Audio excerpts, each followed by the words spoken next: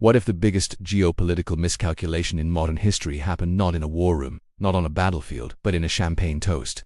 In November 2001, China joined the World Trade Organization, and Western leaders celebrated as if they had just won something enormous.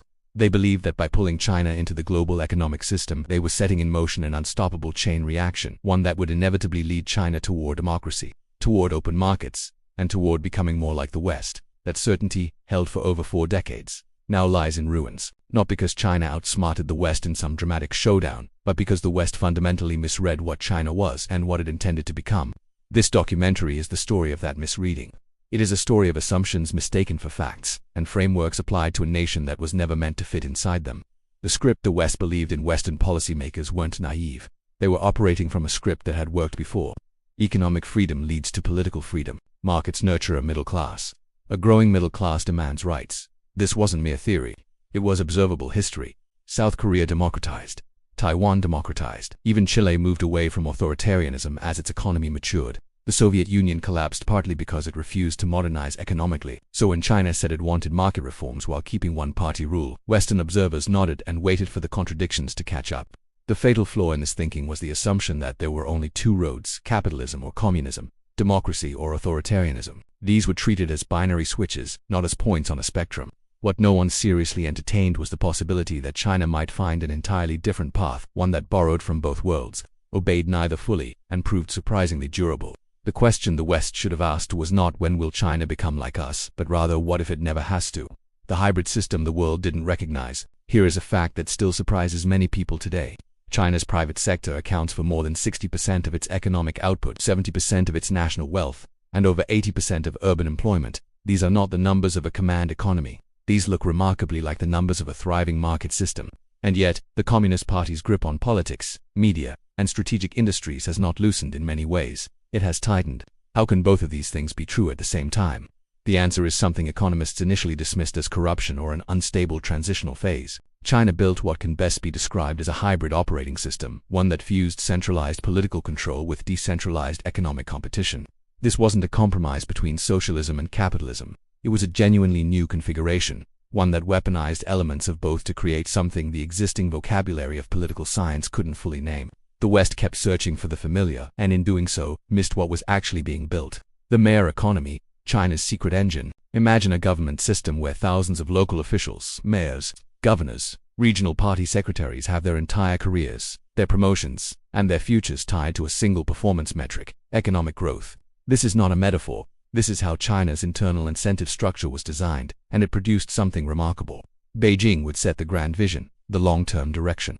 But execution was handed to local governments who competed fiercely against each other to deliver results. A vivid example is the city of Hefei, a mid-tier Chinese city most people outside China have never heard of. When Hefei's government decided it wanted to build a technology hub, it didn't wait for central approval. It invested approximately $1 billion directly into a struggling electric vehicle startup called NIO. The local government became NIO's largest shareholder. Within a year, NIO's valuation skyrocketed. This is not state capitalism in the Soviet mold, and it is not free market capitalism in the American mold. It is something in between: local officials functioning like venture capitalists, using public resources with private sector agility, motivated not by ideology but by the desire for promotion.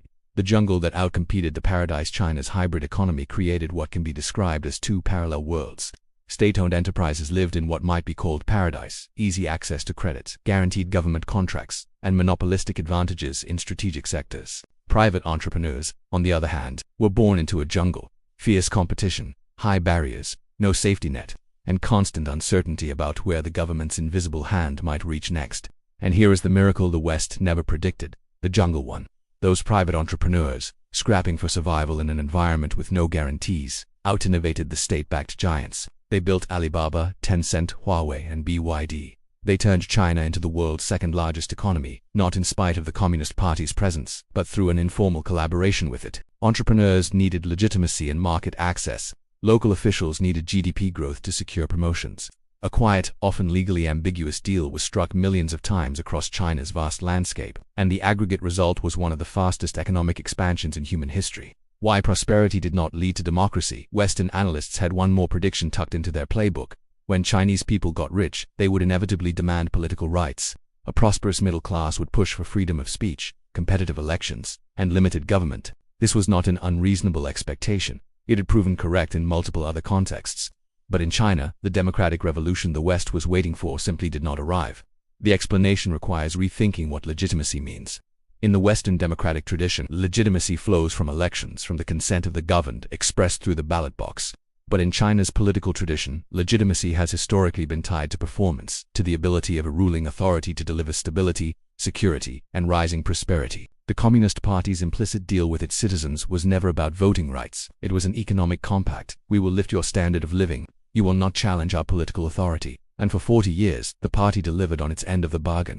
It lifted approximately 800 million people out of poverty, built the world's largest high-speed rail network, and created a middle class larger than the entire population of the United States. The crackdown that shocked the world and what it actually meant. In 2020, something happened that sent shockwaves through global financial markets and Western newsrooms. The Chinese government began targeting its own billionaires.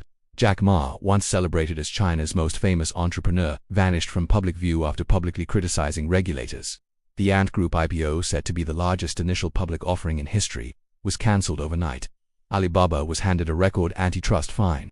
The entire private tutoring sector, worth over $100 billion, was effectively nationalized in a single weekend. The West's interpretation was immediate and predictable. This was proof that the Communist Party was reverting to Maoism, that China's economic miracle was ending, that the mask had finally come off. But this reading missed the deeper logic entirely.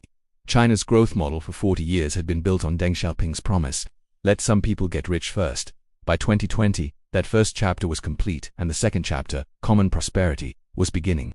Inequality in China had reached levels comparable to the United States. The Communist Party, looking at Western societies torn apart by political polarization and economic despair, made a deliberate calculation. It would not allow that to happen in China. The crackdown was not the failure of the hybrid system. It was the hybrid system recalibrating itself. The longer game and the question we must all face. In 2018, the United States began imposing sanctions on Chinese technology companies, most notably cutting Huawei off from American semiconductor chips. The logic was clean and confident. Control the choke points and you control the outcome. But the sanctions produced the opposite of their intended effect. Before the restrictions, Chinese companies were happy to buy American chips. They were superior and reliable. Why develop something domestically when you could buy the best on the open market? The sanctions removed that option and replaced it with survival. Local governments poured billions into domestic semiconductor supply chains. Engineers who might have headed to Silicon Valley stayed in Shanghai. By 2023, Huawei released a smartphone powered by a 7-nanometer chip designed and manufactured entirely within China. This is the pattern the West has repeatedly failed to anticipate. China does not collapse under pressure. It adapts, it finds workarounds, it plays a longer game. And this brings us to the question that should sit uncomfortably with all of us.